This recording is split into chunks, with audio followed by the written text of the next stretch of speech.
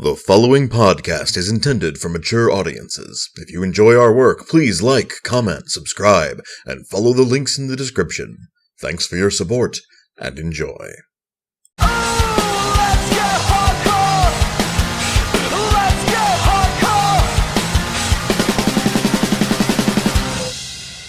Greetings and salutations, listener. It is I, Eric J. Chucky, joined, as always, by a jive turkey, the boy. You know, that's just unequivocally true. Yep. Hey. This is the Two Nerds Podcast. We are bringing you some back-to-back Marvel, I'm going to say goodness. Yeah, so in celebration of a new Marvel series launching, we decided to give you guys an episode about the previous Marvel series, because timeliness is not the watchword here at the Two Nerds Podcast. Well, the biggest thing is, and I think this podcast is mostly going to be about Luke Cage, because I believe you shared your thoughts on Daredevil Season 2 throughout other podcasts, but we do want to touch on it. Yeah, briefly. At least your thoughts. I started watching Daredevil Season 2, and I was not a glad man. I was not gladdened by it. He was upsetting a little. Yeah, and this is the thing I guess we're diving right the fuck into it. This is the thing I don't really get about a lot of TV shows these days, is it's like, hey, watch this show. Cool. Bad stuff is happening to people you like, and they're being rude to each other. Oh. Good? Yeah, it's the Breaking Bad Mad Men formula of television. Yeah. Here's an asshole. Watch him. No. Like, it's just that whole... You know, I've grown up not only in this situation, but amongst other people who feel really awkward and upset when mommy and daddy fight at the dinner table, and yet I am turning on my TV to watch 13 hours of that. And, I mean, that's slightly hyperbolic, I would say. Sure, I never felt awkward during Daredevil, and it's certainly not fully 13 hours. There's a lot I liked about Daredevil Season 2. It just sure as hell wasn't the arguing. But I want to talk about Luke Cage, because you like Luke Cage, and I'd like for this podcast not to be wall-to-wall bitching. No. Let me go ahead and get my Daredevil Season 2 thoughts out of the way. I thought Punisher was really good. The acting, of course, was as good as ever. Elektra was a little disappointing, but I think I just don't like Elektra that much. Not a big fan of the Hand in general, and so they were here, and I wasn't a great fan. Didn't like all the arguing. Liked a lot of the character progression. Thought the strongest characters this season were... I'm sorry, I've watched an entire series and a quarter since then. Lady... Karen? True Blood Lady. Karen? Karen Page? Yes, you are absolutely correct. Man, I've gone through so much media since then, so much more than I usually do, that I'm like, all these names are running together. Girl 1, you know her. I thought she was a really strong character. I loved her arc. I had some disagreements with some stuff she did, but she kind of owned up to it, even in the show itself. I thought Punisher was fantastic, especially once he became Punisher. Like, he got extra good then, but still, it was a really neat take on Frank Castle. I thought his dynamic with Daredevil was pretty decent. Daredevil was Daredevil, and he was worse this season than the first season.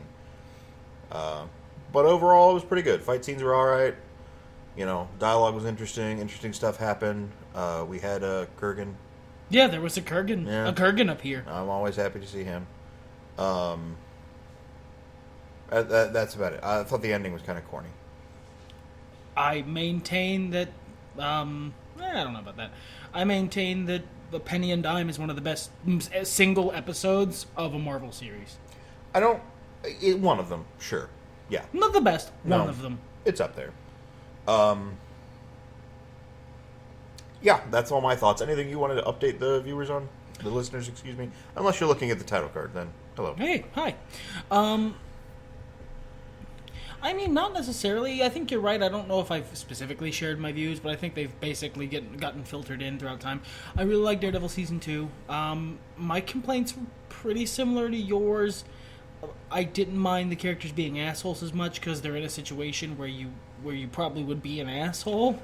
Well, and I don't blame the characters so much for that. I mean, it's clearly the direction the writers took. I don't feel those actions were out of character. It's just not a kind of entertainment I like. I don't want to watch people I'm supposed to be rooting for argue. Nor do I want to watch people I hate argue. I just, like, that's not... I don't get that Schadenfreude from that, you know? I don't know if it's supposed to be Schadenfreude. Well, I mean, whatever the hell it is, you know, watching assholes bitch at each other, I don't sit back and go, good. You have a very skewed view of how other people enjoy media. Well, like, there's... Okay, but this has got to be, like, somebody's fucking jam, as much as it's out there in the media, as thick as it is. So, I have to imagine that, like, the example... The customer prime they're trying to reach is that person eating bonbons and going, everyone's mad. You guys, you're losing a lot because you can't see him do the visual part of this. Needly fingers, and I kind of make my neck just a giant chin. But anyway. imagine Jabba the Hutt, I guess. Anyway, back to Luke Cage. Luke Cage. Now let's get the party train fucking rolling. What were your thoughts on Luke Cage? This is probably the best TV show I've seen in years. Now, just for clarification for the listener, because I know what you mean, but I don't necessarily disagree. Do you mean best Marvel TV show or best... No, I mean best TV show. Like, I can't think of a TV show I've seen that I've enjoyed this much. It wasn't perfect. No, it wasn't. I have some things. I have a couple of things. Less than you, which is weird. I love the show. Don't get me wrong. I think the first, what do you say, 2/3, half, 60%? I'd say it's about 55, 60% is what you're talking about. Is next to perfect. It's amazing atmosphere, wonderful, well-drawn characters, a conflict I can get involved in because I can understand both sides of it. And I agree with one side more, but I could easily understand the other side. There was no confusion. It was well made. The style was just right there. It was everything I wanted a Luke Cage series to be, and a bunch of shit I never expected it to be that was amazing. And then there's a very sharp tonal shift, and while I don't dislike what happens after that, I'm markedly less fond of it. And we'll get into details as we go, I suppose. I find that very interesting, and I find this overall very interesting. I mean, I guess it really just boils down to, well, duh, people are different and have different tastes. But it's interesting how two people who have such similar tastes can diverge, even so hard on a particular piece of media. You know, I'm pretty quick to blame the fact that in general I don't like watching TV. I have a hard time paying attention for that long. I can't shotgun a series like you do. Which I can watch them like one episode at a time or 2 episodes at a time. And as I confirmed for myself today, I enjoy the Marvel Netflix series more if I can just sit down and watch like as many episodes as I feel like eating all at once. And if I can watch till I'm full, I like the series more. And that makes me hate it more. Like, I mean, maybe not directly, like, but in the moment, certainly. Because you get tired of it. Yeah, especially if it's like Jessica Jones and it's really. I watched Jessica Jones over the course of maybe a day and a half. It took me a while. I had to take a break. Daredevil Season 2, I took a huge break. I did not like the first 2 maybe episodes. 3 days? To give you a contrast. Oh, yeah, for you. You took... Maybe 3 days. Yeah. Maybe. And that's only because there's a point in that series... There are points in that series which are not as good in the second season. But we're talking about Luke Cage. Right. Well, and that's what I'm saying. I'm building reference for the listener. Luke Cage took me from start to finish slightly less than a week. Which for him is, I mean, basically warp speed. It took him like not hyperbole, like 4 months to finish Daredevil Season 2. Yeah. I mean, part of it was fueled by the fact that we had a podcast we wanted to do, but I also just really enjoyed it. It was, and I've been telling you this whole time that you would like Luke Cage. I didn't disbelieve you. I just, like, you know... It wasn't time yet. But your analogy to binging on the series until you're full.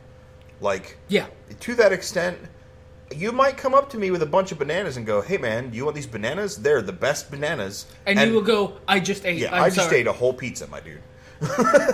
I can understand that. I can get it. For me, being the sad little comics nerd that I am, that I live in this era is a never-ending miracle to me. And I keep saying that, and I hear people like they're starting to think this is normal now. Like the other day, I was at my day job and I was discussing with someone that I feel like a responsibility, unless it offends me on some fundamental level, to watch pretty much every superhero thing that comes out, because like they could take this all away tomorrow. Sure. Well, not tomorrow, but yeah. So, but the response was, "No, dude, these things are huge. They're not going anywhere." No, motherfucker, that is not the truth. That is not how it works. Hollywood could get tired of superheroes next week, finish all the shit they filmed, and not film anything else. If they stop making money, they'll stop making it. Look at vampires. Look at zombies. Zombies are still kind of petering out, but I mean, they're petering out. If it stops making money, they stop making it. So I'm not going to be the reason it stops making money. Unless it really upsets me, like Batman and the Infinite Sadness, I'm going to watch The Thing. I went to see Logan by myself opening weekend because I'm going to watch The Thing. You did a thing I like, so I'm gonna patronize your business. I'll catch it at some point, listener. I don't know if we'll do a podcast or not, but I got opinions, but they can't. They're all spoilers. Wolverine's dick laser was unnecessary. But I'm mostly throwing that out there because I'll probably mention the reason why at the end. But Luke Cage, I want to get into spoiler territory at this point because I kind of do want to talk about the plot. I think that's important, and we have 20 minutes to fill, so... I wanted to warn the listener, we're not going to do the 5 seconds because, I mean, let's face it, nobody ever, no, it's not useful. I mean, I don't know, I guess there's times when I go into a video, like, that's a review of a movie or something, and I'm like, okay, is it good? So I'll just kind of listen to the beginning a little bit to gauge, like, their emotional state, and then maybe skip to the end where they're finally like, yeah, I feel this way about it. But that's specifically, like... not to name drop, but they're midnight screenings reviews. So, obviously they're going to go a little less spoiler heavy at the very beginning and such. I like that we warn, but anyway, Sure. I really, really enjoy both Luke Cage and Cottonmouth because I think they're really well-drawn three-dimensional characters. I love the conflict they have with each other. I think it was incredibly well built. I think it escalates quickly, but in a believable fashion. And I don't like Diamondback as much. I don't. He's playing in a different series. He's playing a 4-color comic book villain in a very gritty, realistic comic book, and it doesn't fit. I don't know if it's necessarily 4-color, but... no, it's too hard for that. Sure, but he's very much a comic book villain. And I would agree with you, I just didn't dislike it. I didn't dislike it. That's something I need to make sure is clear. I'm sorry. I don't like it as much. Okay, fair. I fucking love Cottonmouth. Cottonmouth is one of the best villains I've seen in anything in a long time. The man straightens his tie with more menace than most MCU movie villains have in their whole performance. It's hard to figure out where exactly to tackle this beautiful ball of wax, as a starting point. I would agree with you. I think most of the characters in this series, whether you want to call them 2-dimensional or 3-dimensional, I don't really care. I am somebody who enjoys blaxploitation as a genre. I enjoy this, and I hope this leads to more of a revival of, I think we've been seeing it a little bit in recent years, I wouldn't mind seeing more of the neo-blaxploitation era that we're kind of running in. I don't really have a preference on that genre in specific. I will say that if you make movies that feel like Luke Cage does, I will go to them. And the feel is so fantastic. I mean, this is everything I wanted. like wish list shit in a Luke Cage TV series. Like, what if the soundtrack was all really good hip hop and funk and soul music? What if they had live fucking first episode? They're name dropping Raphael Sadiq, and I'm like, motherfuckers know who that is? Yeah, I'm just like, okay, all right, fuck, you bought me. I'm here. Let's go. It was so good. It was a window into that world. It felt so genuine. Yeah, it's very real. And again, this plays into it, is Diamondback isn't a vacuum. He also brings with him, once he's on screen, all of Luke Cage's baggage from his backstory, which is important for the character, but draws away from the beautiful painting they've made Harlem into in the first, 4 episodes. Well, and let's talk about something that I think feeds into that and the necessity of Diamondback and that tonal shift that you and I have discussed a lot over the past couple days, and that's, weeks. The Netflix Marvel series in general run a little long. Yeah. They're contracted for 13 episodes a series. No, that's too many, guys. You can see pretty much every problem I have with a Netflix series, up until the most recent one. We'll get to that. Yeah. But all the other 3, almost all the problems I have with them can be drawn back to them having to pad their time. Sure. First season of Daredevil had about an episode and a half worth of drag. But it was used effectively because they used it as a slow burn on the very beginning of this whole Marvel Netflix thing. Sure. And it was kind of a reset point before we re-amped. And it was okay. Jessica Jones, I don't want to say it dragged, but there was... There was no point in that story that dragged, but... There was a point where you were down in the mud and just couldn't take it anymore, and they still had so much more to give. There's a point where it becomes an emotional slog. It is harrowing. It's enjoyable for someone who enjoys that sort of thing in their entertainment, but it is not fun. I would say Jessica Jones is a very compelling series. I would say it's incredibly good. It's not fun. No, it isn't. I really enjoyed it. I will probably never watch it again. I don't have the fortitude. Yeah, no, I might not either. Luke Cage, however, I'm gonna watch Luke Cage again. That's gonna happen. Yeah, I might cherry pick some episodes, but even then. I might cherry pick some episodes, some scenes. I caught our roommate watching Luke Cage downstairs the other day, and I was doing something on my computer, and 20 minutes after that, I was just watching Luke Cage. I mean, even I, who was only an episode or 2 ahead of him, was like, yeah, I like this part.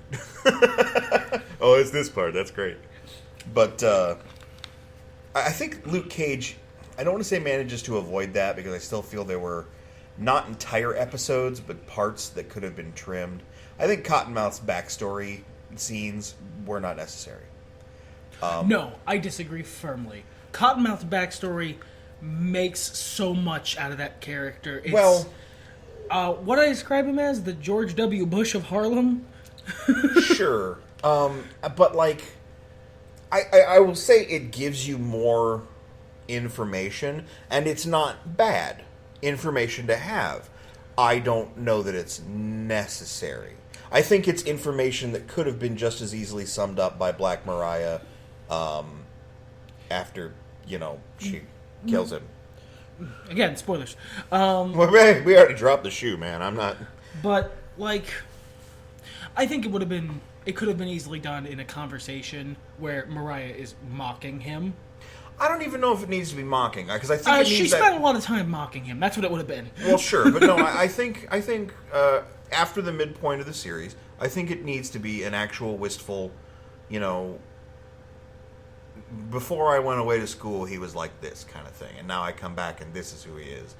How did we get here, sort of shit. Yeah, I really enjoyed being able to see that, and on the one hand, that's actually a good counterpoint to us saying the 13 episodes is too long, because they had 13 episodes, they had time to go in and show me Cottonmouth's backstory, sure, which makes that figure so much more tragic, no less villainous, but so much more tragic. And when he, almost immediately pretty hardcore jumps over a real firm moral event horizon, right after that, it hits way harder. I mean, yeah, that's there. Look, they use their real estate well. I'm just saying they didn't need all that real estate. No, the series wouldn't have... Well, the series would have lost out for it not being there, but it wouldn't have dropped in quality. Sure. It would have just It's been one of less those things of where, the good stuff. like, if watching it all and going, all right, what do we trim out of this? I am, as a career writer, a little more used to killing darlings. So this is I wouldn't say easy for me, but easier. I'm used to it. It's routine. I would cut the whole barn episode. I don't know if I would cut the No whole reason thing. that guy had to be in Georgia. No reason had to be in a barn. Sure. No reason had to take a whole episode. I would agree cut the with all barn that. episode. I see why they put him in there, but like... Barn episode. That- cut. Yeah, that didn't need to be necessary. I get to keep Cottonmouth's backstory, and I can trim that fat from that dumb barn episode, which was the most boring part of that series. It took things back a little bit. I cut some big chunks out of Misty Knight's storyline too. She's probably my least favorite character in the show. I thought she was fine. I still like her, I understand completely. but of all the characters, she's the least necessary one. I probably would have cut a lot of the details about the gang warfare out, because that didn't really come to any conclusion other than these no-name gangsters we had no attachment to before are all now dead. It creates a power vacuum, but I think it was there.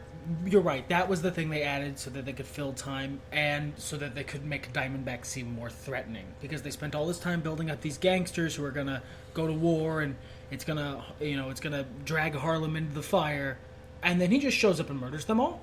Yeah. Really, really easily. Sure, I mean, but they're people, Yeah. It's not bad. It's not necessary.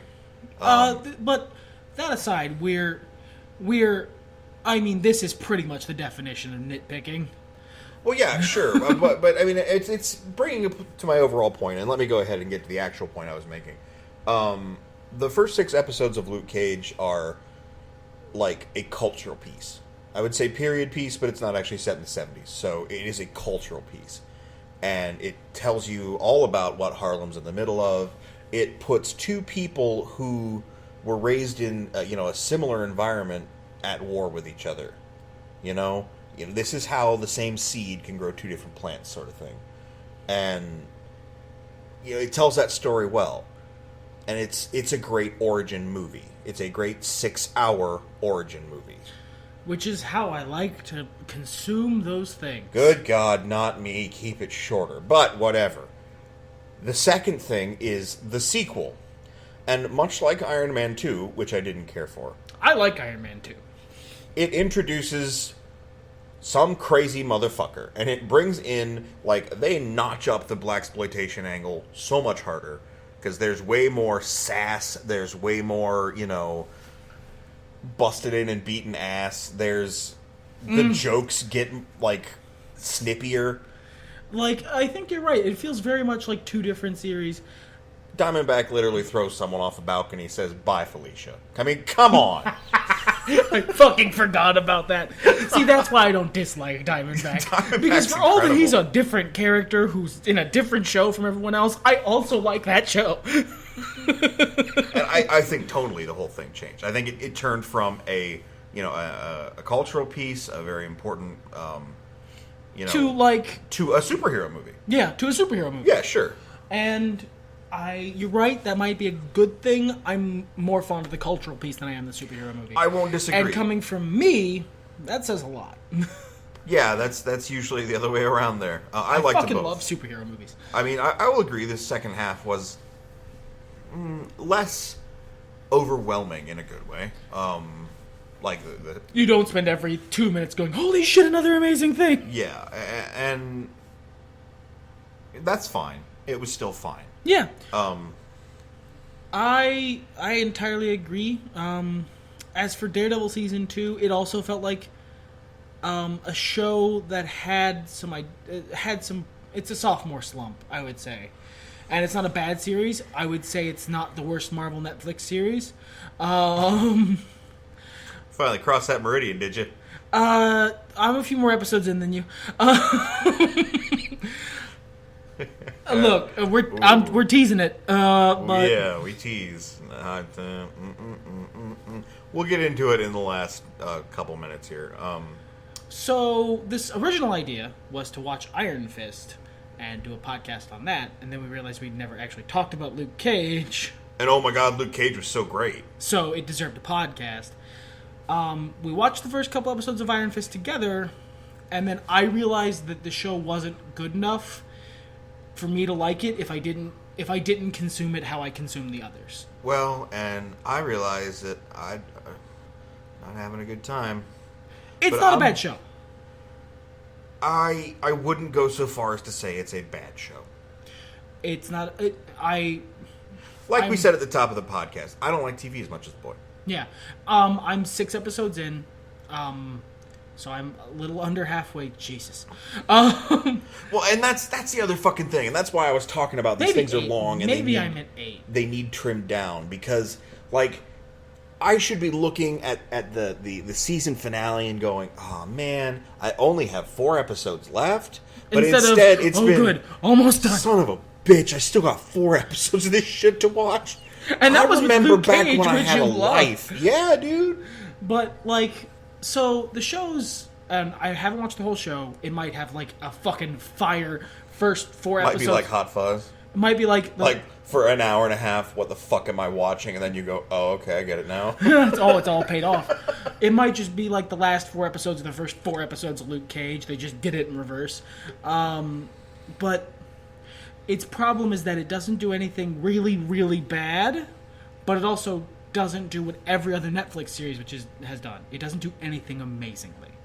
It varies from, not that great to pretty good. It's we'll get into it more in depth. Right now, Boy will finish watching it because he's a dedicated sir. I am going to. I'm not letting them take away my toys. I'm gonna do my best. But we'll get you a podcast at some point, I'm sure, with more details. I'm in the middle of watching it. I stopped watching it to do the podcast, so it's what's on my mind right now. Yeah, I'm always gonna go back to Luke Cage. I think this is, as far as TV shows, is definitely my favorite thing Marvel's done. This is the best thing I've watched since Longmire, in TV in general. It's so much better. And I wanted Luke Cage to be good. I wanted it to be as good as Jessica Jones or Daredevil. It's so much better than I thought it was going to be. Yeah, I said, if I had to rank the Marvel Netflix series, number 1 with a bullet is not in question. I don't think it should be anywhere near in question. Well, and I got weird taste in superheroes. We've talked about this before. I don't want to get too far into it. But when they announced a Luke Cage series and an Iron Fist series, I was very excited. And I had my little wish list, my mental wish list about what I wanted for Luke Cage and what I want for Iron Fist. And, I knew they were wish lists, so I didn't expect to get anything. And then Luke Cage gave you a bunch of shit off that list. They gave me fucking everything off that list. They even put him in the outfit. That was the only thing that was on my wish list. And it was on my wish list because I knew they wouldn't do it. And then they did it. They didn't just do, because in the previews, he has that scene where he's in the tiara. I was like, oh, that's cool. That's from his origin.